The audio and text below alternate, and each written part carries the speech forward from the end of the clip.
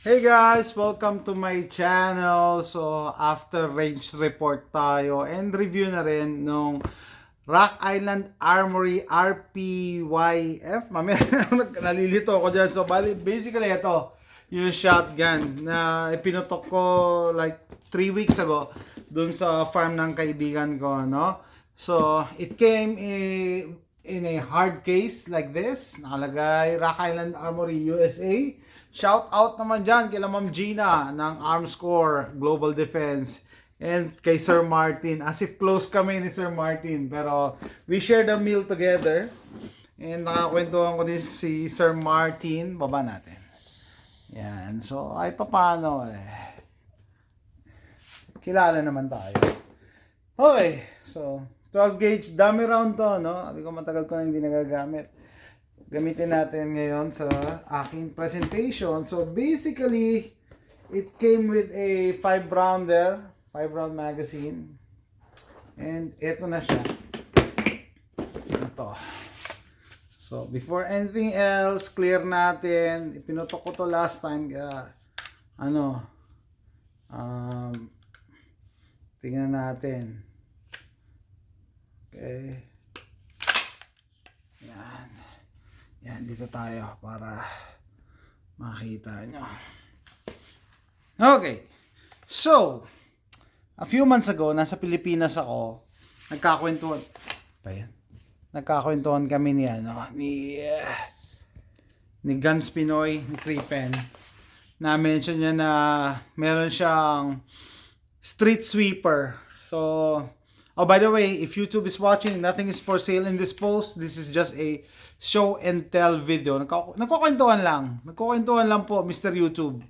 So, nagkakwentuhan din kami ni Guns Pinoy.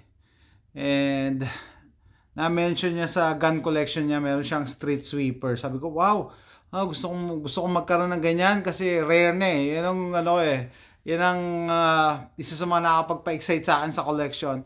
Yung rare na, yung wala na mabibili. No, nagtataka nga ako, paano nagkaroon ng ganyan sa Pilipinas? Sabi ko sa Amerika, ang hirap nga maghanap niyan eh. Usually nagamit niya sa mga pelikula in the past. Street sweeper guys, shotgun siya, tapos merong built-in na magazine na bilog, de bola, tapos 10 rounder. E di, yun ang ko, iniisip ko. Pero pinapanood ko siya and then na-interview ko si Guns Pinoy. Mahirap palang gamitin yung street sweeper. No? Mahirap siya gamitin kasi kailangan mo siya i-tilt para mag-load, parang ganon. Tapos pag maglo-load ka, iisa-isahin mo yun. Ang pasok. Hindi detachable kasi yung magazine. So, okay. So, sabi ko, ito kaya gamitin kong project. No, para meron akong clone ng street sweeper. Bakit? Kasi modern firearm na siya, modern technology. Meron na tayong polymer. Yeah, actually polymer tong Magwell. Polymer din yung grip. Ibig sabihin hindi na siya ganoon kabigat as compared dun sa mga sinaunang firearm. So advantage na to. Pero syempre mas mahal ang value nun. Lilinawin ko lang. Mas madali lang gamitin yung mga modern firearms ngayon. And mas reliable. So sabi ko, hindi ko alam kung 10 rounder ba yung yung round magazine niya. Baka 10 round magazine. So sabi ko, kaya bumili ako ng 10 round magazine para gayahin yun. So imagine nyo, naka-debola to. Maikli lang, tapos may debola siya na 10 rounds. No? In the future, yun ang plano ko. Pero for the meantime, meron kasing 10 rounder na ganito eh. Meron na oh. And sa totoo lang, meron akong mga debola na magazine ng Glock. Hindi ako believe, no? Nung na-realize ko, binuksan ko kasi yun eh. Paano sila gumagana, masalimot, may naka-wine sa loob. Sabi ko, pag may nag-jam dyan, kailangan mo i-drop yan, kailangan mo itapon yan. Tapos kailangan mong buksan para ma-unjam mo. Unlike yung mga ganito, stick magazines, napakadali lang. Buksan mo lang sa bottom, clear mo, or dito, dalawa lang ang daanan eh.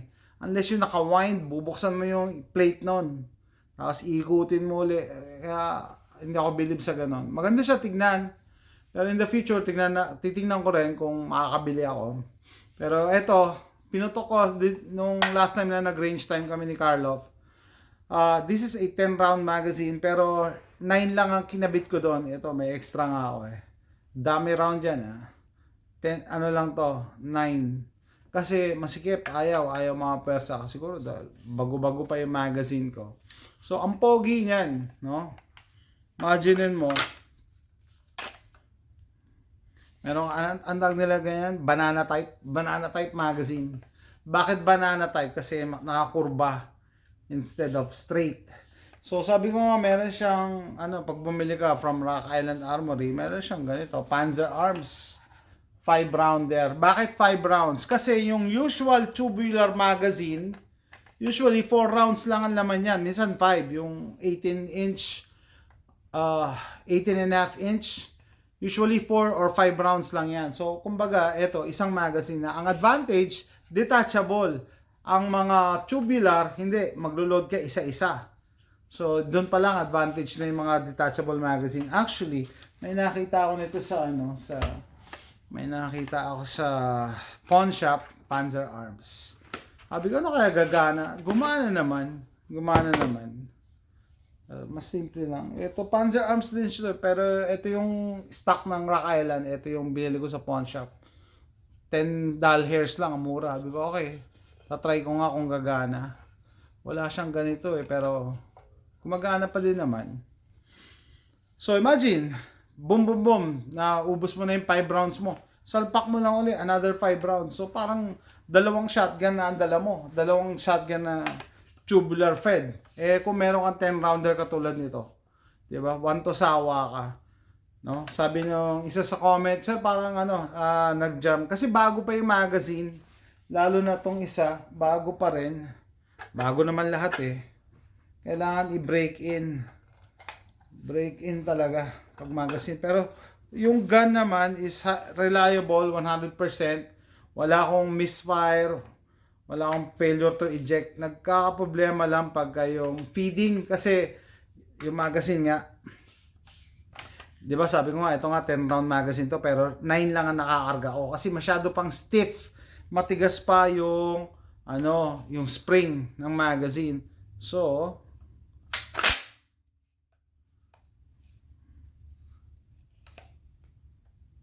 ito, ba't nakausli yung ko dito? Tornilyo. Safety. Okay. Para saan yan? Mag-release. Ito yung niya slide release niya.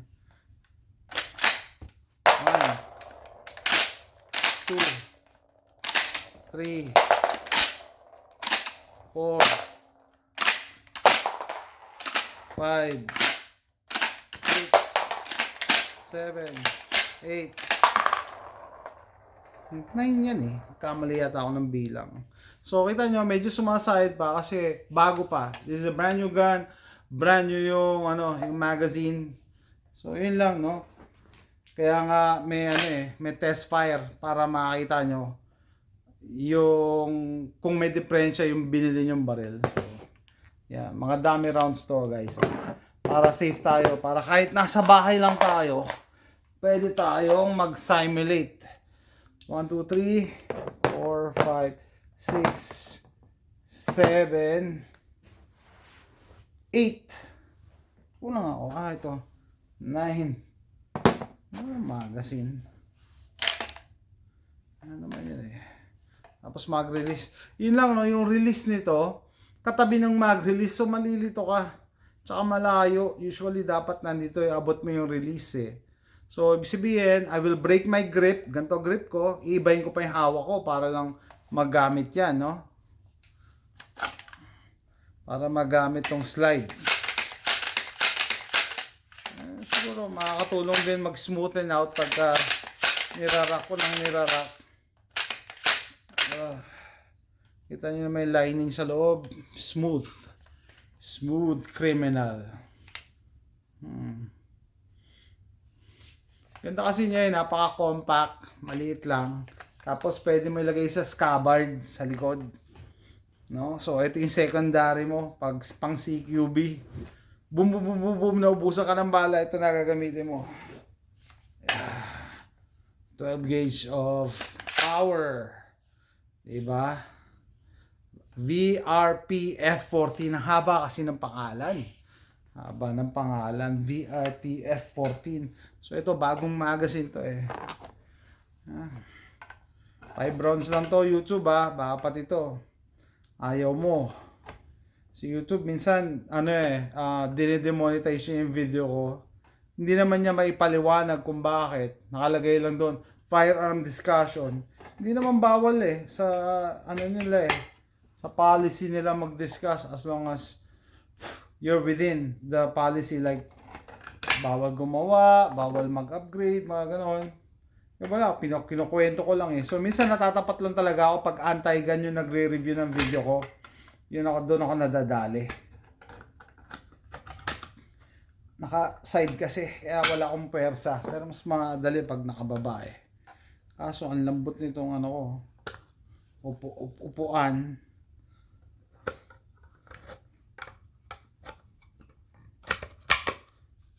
Sana lang, tingnan natin.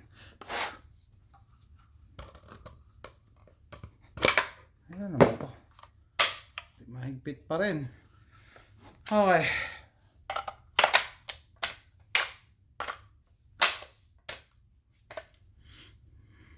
Pagka bago kayo sa barrel, make sure na naka-seat properly yung magazine nyo. Minsan kalabit ka ng kalabit, kasa ka ng kasa, ayaw gumana ng barrel. So yan yung release, pupunta pa ako dito.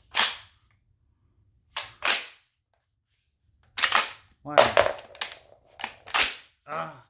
You need to force it. 2, 3, 4, 5 naman pala. Kumbaga nag-i-stick pa, malagkit pa. Nag-i-stick pa yung action. Kailangan lang ma-break in, tapos kailangan ma-oil. Nilinis ko na to pero hindi ko pa yata, lagyan ko ng konting oil. Pero yan, after range report, wala akong problema dito. Mura ko lang kuha ako sa kanya. And sa tingin ko, reliable naman. Mas bihira sa pump action ang hindi reliable. Generally, pag pump action yung shotgun mo, reliable yan. Mas mahirap pa maghanap ng hindi reliable Okay? Kasi ikaw mismo nag-actuate ng action Ikaw ang nagpa-pump Diba? Yan. So, dalawa rin ang school of thought regarding shotguns. Ano ba gusto nyo? Magazine fed or tubular fed? Parehas meron ako noon. Parehas may advantage. Pagka tubular fed, di mo na kailangan magdala ng mga ganitong magazines. Pero pag magazine fed naman, ang bilis mag-reload. Ang dami mo pwedeng ibaon. Kesa isa-isa kang mag-reload. It's up to you guys. Ito kasi naka-design to pang CQB. Pang backup.